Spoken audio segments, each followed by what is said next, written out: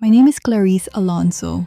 I'm 46 years old, a mother, a scientist, and until one December morning, I was also an atheist. But that day I died, and what I saw, what I felt, will never leave me. I wasn't supposed to survive. My body was crushed, my mind was broken. My heart had already stopped, and yet I returned. I returned with a truth burning so deep inside me no science could ever explain it away. It all began on an ordinary Monday, December 21st, 2024. I had just finalized my divorce the week before. My heart was sore, but I told myself I needed to move, to breathe, to feel alive again, even if just for a moment. So I did something I used to love. I went biking through the streets of San Mateo, just me, the wind, and the world. I didn't know it would be the last ride of my old life. I remember the road narrowing near a traffic circle. The bike lane just disappeared. My instincts screamed. And then I saw it, a black SUV barreling toward me. She wasn't slowing down. In fact, I think she sped up. I threw out my hand, a reflex. The next moment, I was slammed onto her hood. I stared through her windshield, her face blank, focused not on the road but on her phone. She didn't even know I was there. I pounded my fists, screaming, but she kept going. The hood was too slick. I couldn't hold on. I slipped.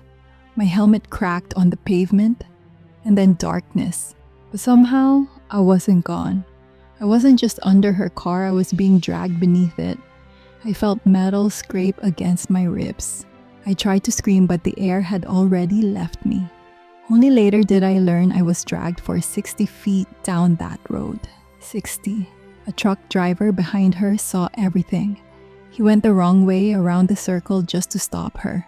He saved my life. When the vehicle finally stopped, a nurse who happened to be nearby rushed to me. She said, "I'm a nurse. Don't move." I remember trying to smile. I said, "I think I'm okay." She shook her head. "No, you're not. Please stay still." The pain didn't register at first, but when the paramedics touched my neck, I screamed. I screamed like I had never screamed before.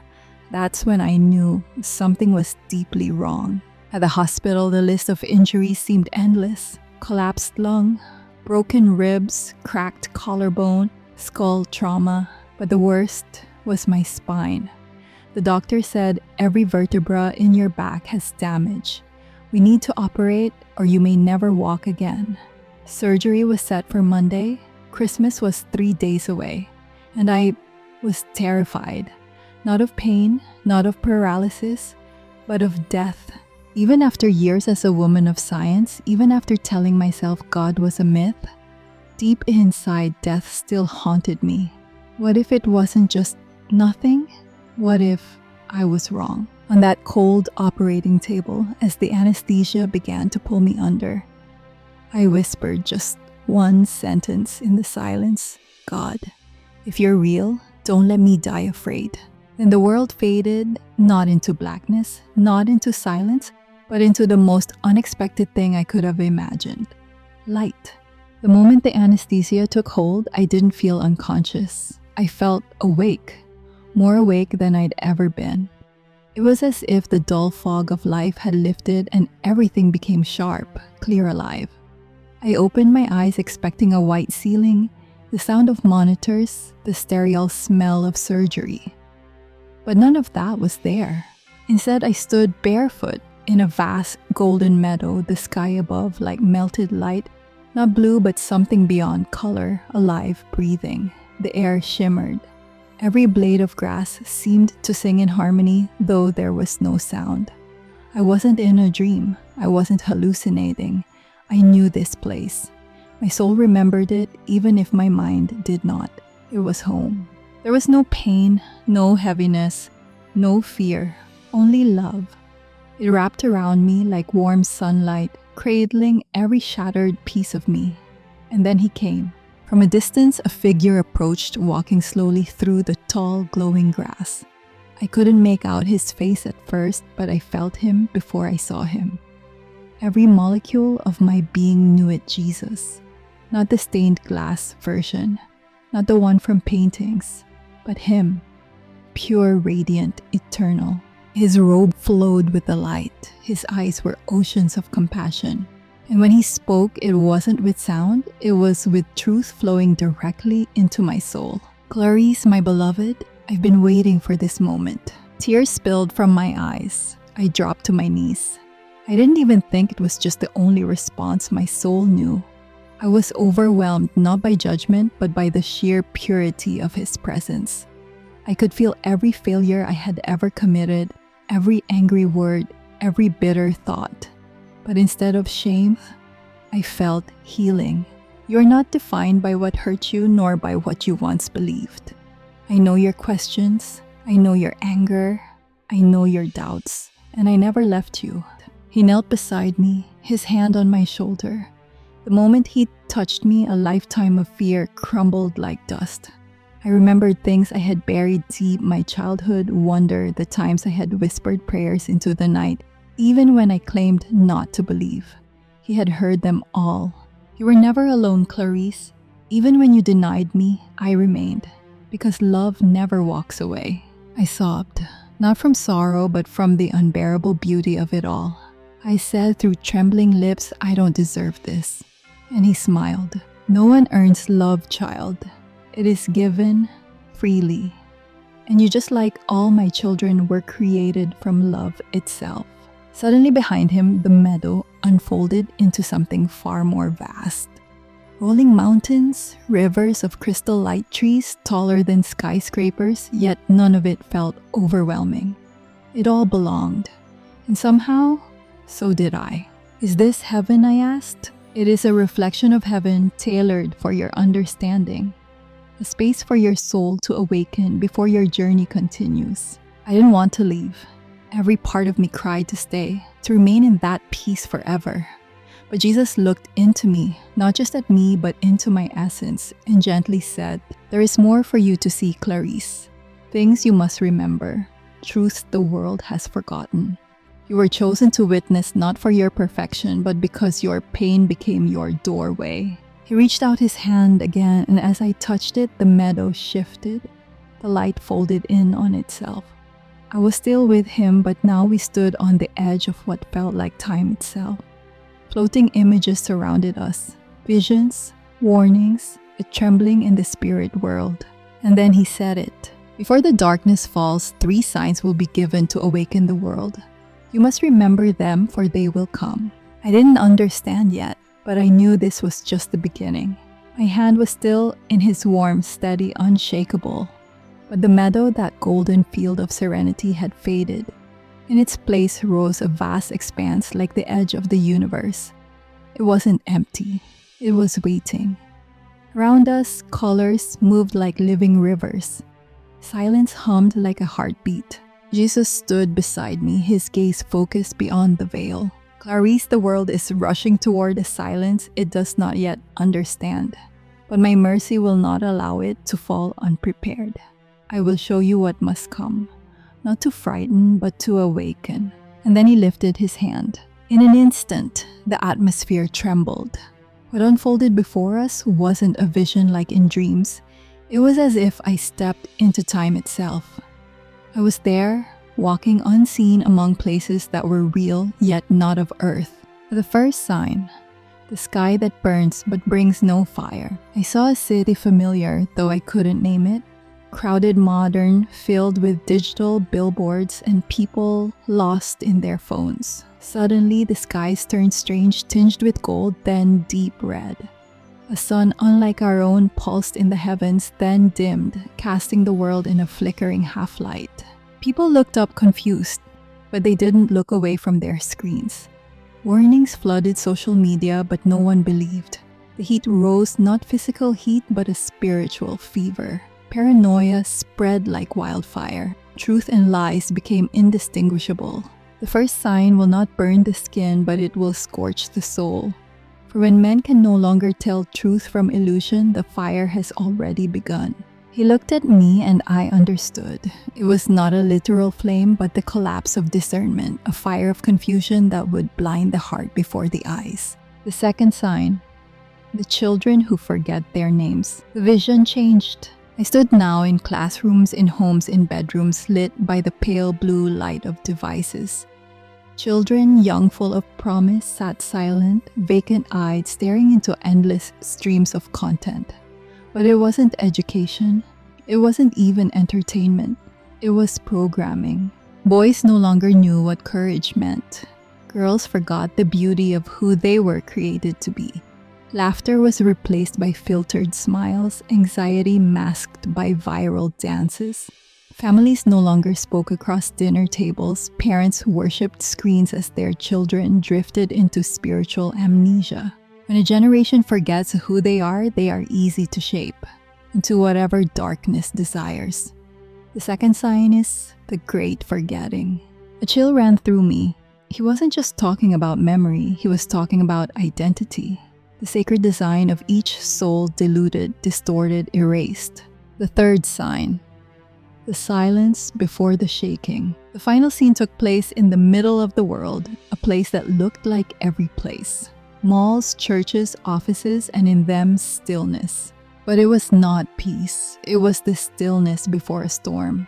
The kind you feel in your bones. I saw leaders meeting in secret, signing agreements with smiles that did not reach their eyes. I saw believers asleep, lulled by comfort and distraction, their Bibles gathering dust beneath designer bags and TikTok apps. Suddenly everything darkened, but not into black, into pause. People panicked, markets crashed. But the panic wasn't loud, it was empty, hollow, like the breath before a scream. The third sign is the silence that calls. For in that pause my spirit will shout, but only those who have oil in their lamps will hear. Tears streamed down my face. This wasn't just prophecy, it was warning. 3 signs: the loss of truth, the loss of identity, the loss of spiritual readiness. I whispered, "What can we do?" He turned to me, his eyes filled with infinite sorrow and infinite hope. Call them, warn them, but do not shout in anger, sing in love. Remind them of who they are. Tell them I have not changed. Tell them I am still the way. And when the darkness comes, my light will not fail those who remember me. At that moment, the visions began to dissolve. Not like a dream, but like morning mist giving way to sunrise. I looked down. My hands were trembling, not from fear, but from purpose. As the final vision faded, I remained there breathless as stunned, standing beside Jesus on the edge of something both terrifying and sacred. My heart beat with the weight of what I'd seen. I wanted to ask so many things, but no words came. Only tears. He didn't speak right away. Instead, he looked toward the horizon where light met eternity and let the silence rest like a blanket over us. Then softly, he turned his gaze to me. "Clarice, you have seen what few are willing to look at. These signs, they are not punishments, they are invitations, but very few will recognize them in time." I stepped closer. "Lord, the 3 days of darkness, are they coming? Is that what all of this means?" His eyes, oceans of compassion and truth, held mine. Yes, the darkness is real, and it draws near, but not as the world imagines, with meteors or monsters or flaming wrath.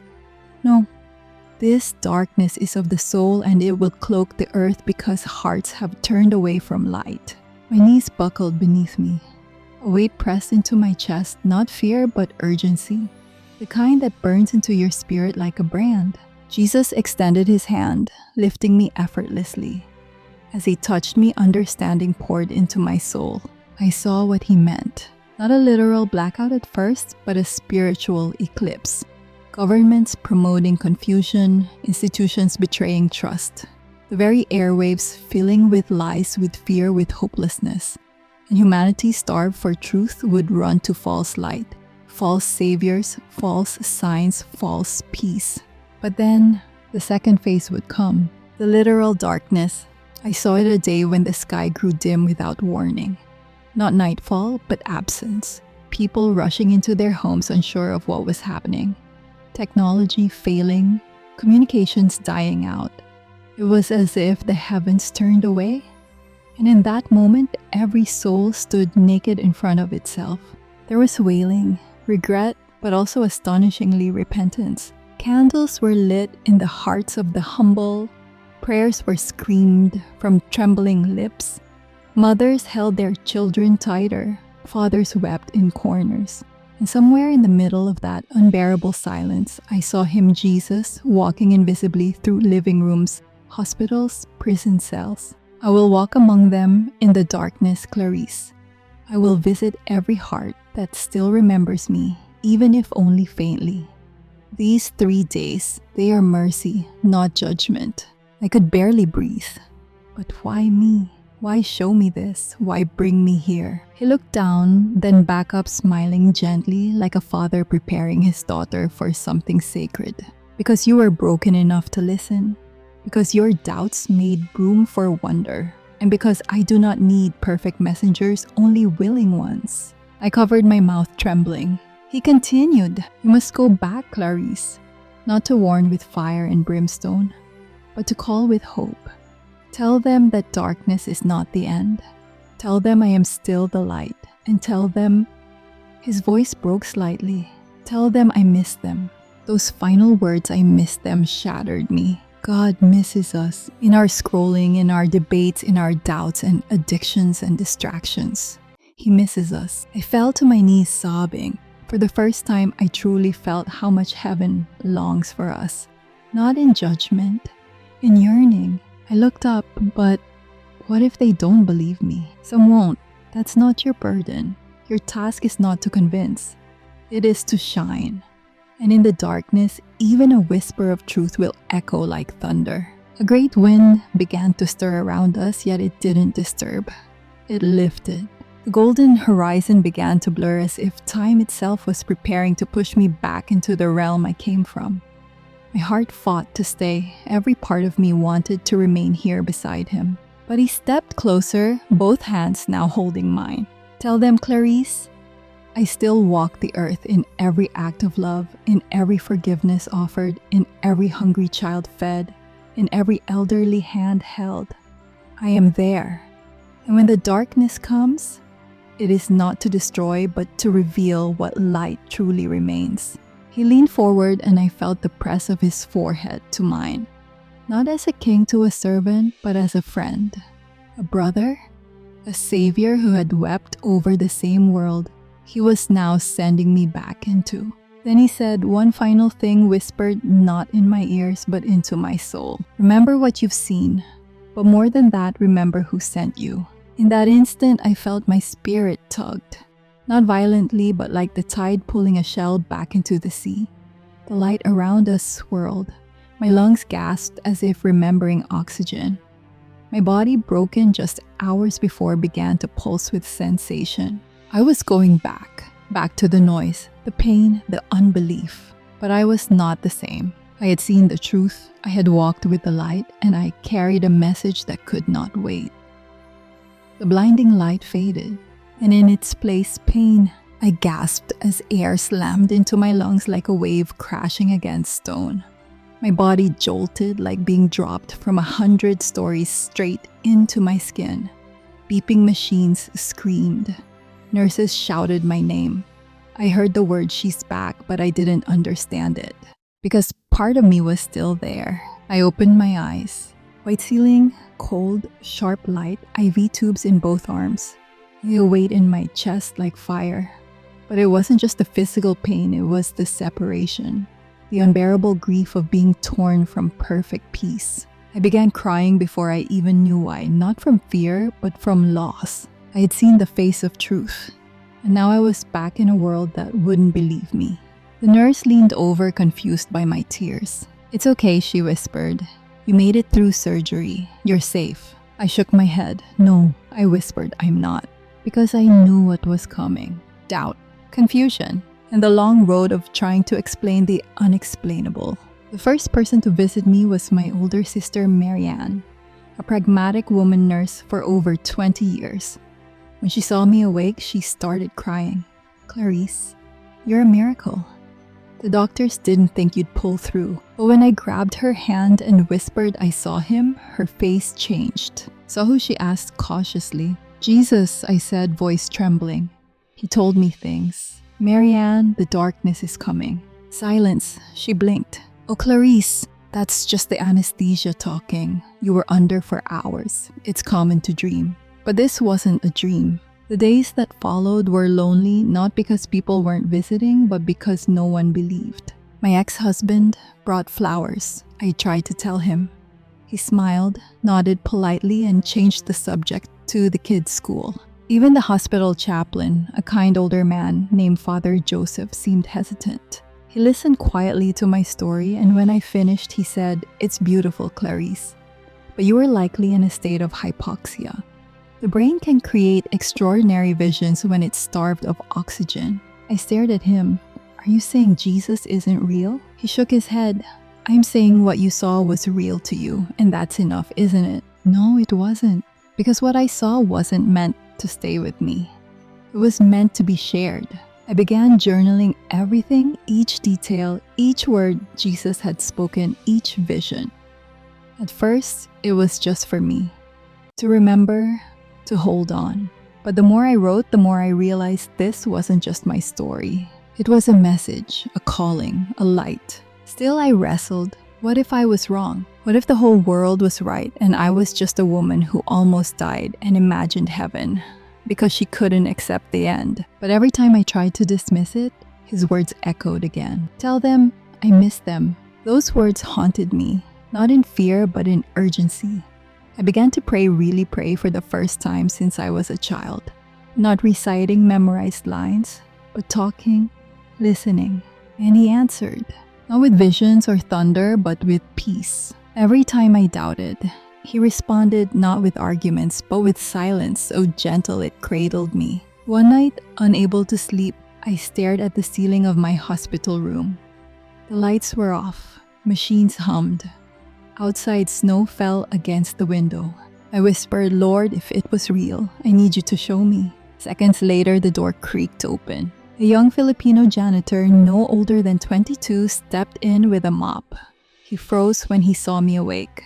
"Oh, sorry, ma'am. I didn't mean to wake you." I smiled faintly. "It's okay. What's your name?" "Jonelle," he replied. He came over and began cleaning quietly.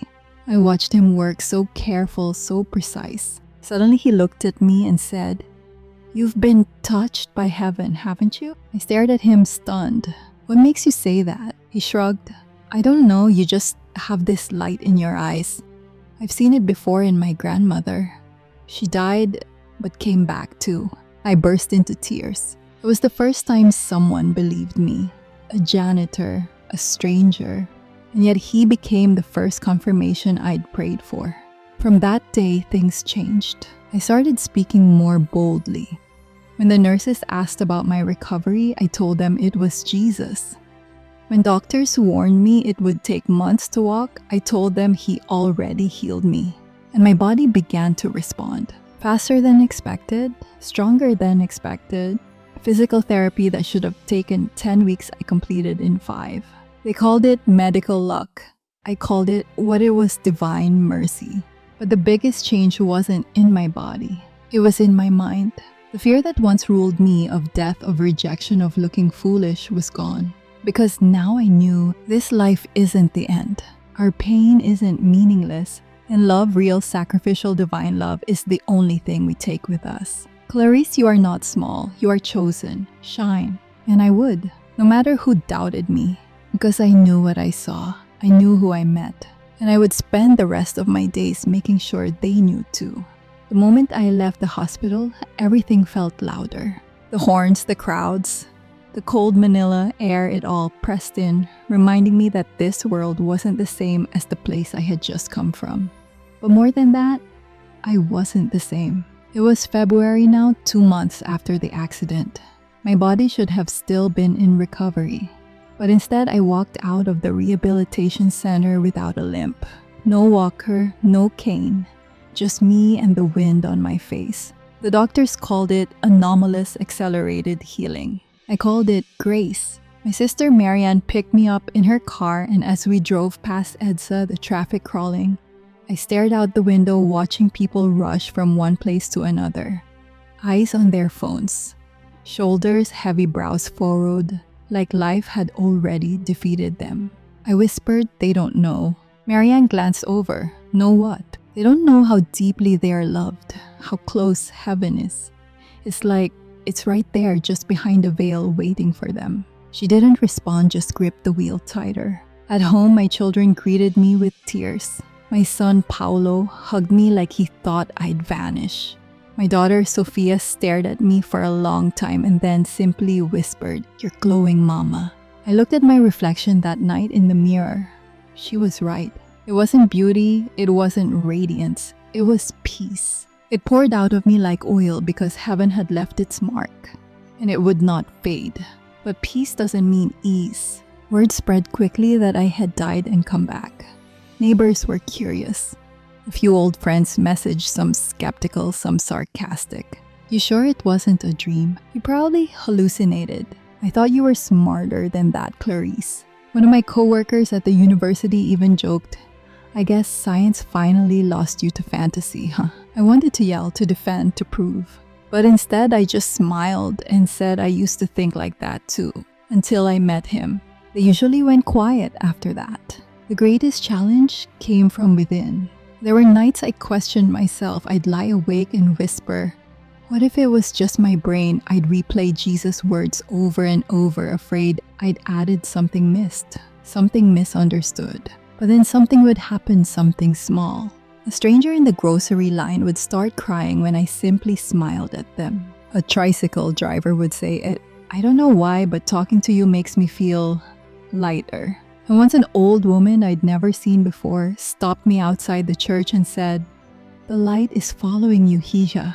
Don't hide it." Tears filled my eyes. He was still with me. I began to speak. First in our barangay chapel, then at a youth retreat, then at a conference for women recovering from trauma. I told them everything, not just the vision, but the transformation, the healing, the radical love that Jesus poured over me like fire and rain all at once. I didn't preach, I testified, because the power was in the experience.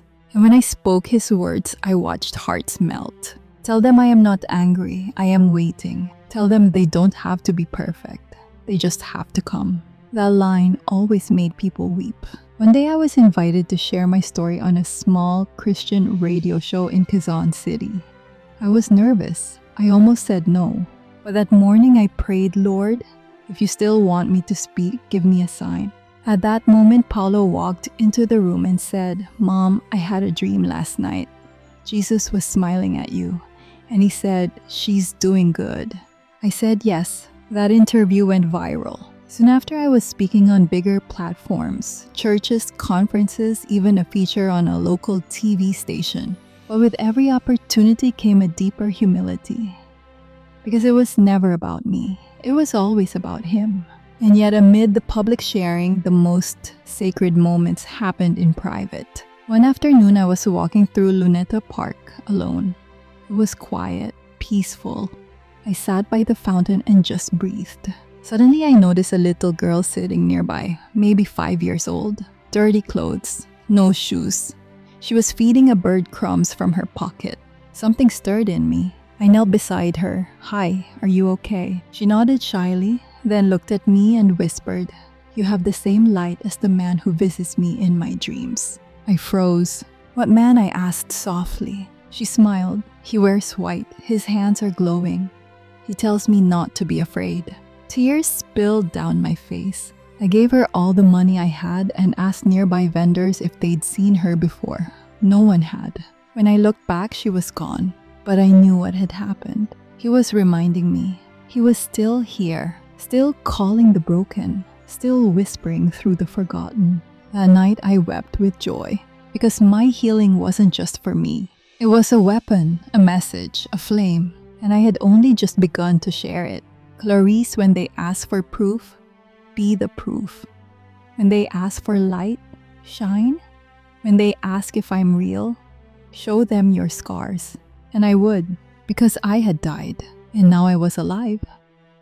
If you're hearing my voice right now, if your eyes are still on this screen, it's not by accident.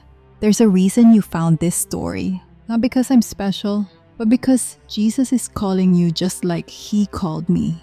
And this is what I came back to say. We are running out of time. Yes, you heard me right. There is something coming. Something so massive it will shake not just the Philippines, but the whole world. And Jesus showed me that the earth is already rumbling beneath our feet. But most people, they're too busy scrolling, too distracted by filters and flashing lights, likes and lies, to notice that the sky is dimming and the veil is thinning. He told me there will be 3 signs before the 3 days of darkness, a global spiritual event that will silence the world and test the souls of men. And those who are not prepared will fall into fear. Tell them not to fear the darkness. Tell them to fear being far from me. The first sign, he said, will be a silence in the spirit, a sudden spiritual numbness. Churches will feel empty, worship will feel dry, and many will say, "Where is God?" That silence is the warning. I will withdraw my whisper, not to punish them, but to awaken them. The second sign, a great shaking of systems. Not just earthquakes in the ground, but in governments, media, churches, even in families. Old structures will fall, hidden corruption will be exposed, truth will tear through false unity, and it will feel like chaos, but it will be holy. And the third sign will be the most terrifying. The light in men's eyes will fade. People will look alive, but be spiritually empty. Addicted, angry, divided, like walking corpses, unable to love. When that happens, Jesus said, "Stay in your homes. Light your blessed candles. Pray and do not open your doors to the deception outside. I will cover the world in shadow, but my children will not be afraid. I will be with them in the silence, in the darkness. I will pass over them like in Egypt, but they must be found with oil in their lamps." If you're mocking this now, I understand. I was a skeptic too. But listen, you don't want to wait until your lungs are crushed and you're lying under an SUV to start wondering if eternity is real. You don't want to wait until the sky goes black and demons walk the streets before you start praying. Now is the time. I came back because you matter. You're the one thinking you're too broken, too sinful, too lost. You're exactly who he wants. Jesus isn't looking for perfect people. He's calling the tired ones, the hungry ones, the ones who scream into pillows and wonder if anyone hears. Tell them I see their pain. I collect every tear. I died for their shame, and I'm not done with them. So I'm not here to tell you a sweet story. I'm here to sound the alarm. The clock is ticking, the veil is lifting, heaven is watching, and the choice is now. Run to him. Not to religion, not to ritual.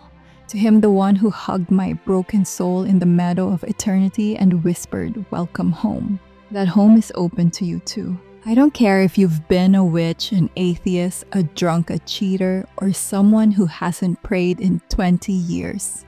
If your heart beats right now, you have time. Jesus doesn't count your sins like people do. He counts your yes. So give it to him. If this story pierced something inside you, don't stay silent. Write in the comments, "I'm coming home," or "Jesus, I say yes." Let the world know whose side you're on. Because when the 3 days of darkness fall, there won't be time to scroll.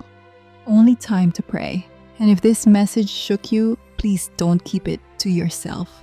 Share it.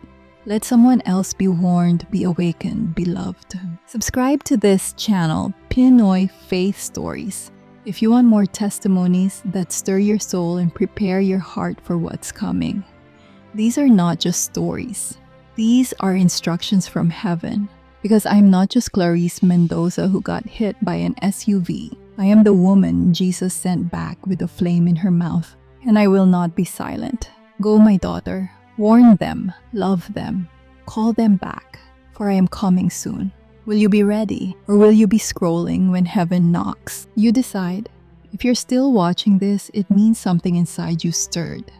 Maybe it was curiosity, maybe it was pain, or maybe it was the quiet voice of Jesus whispering, "This message is for you."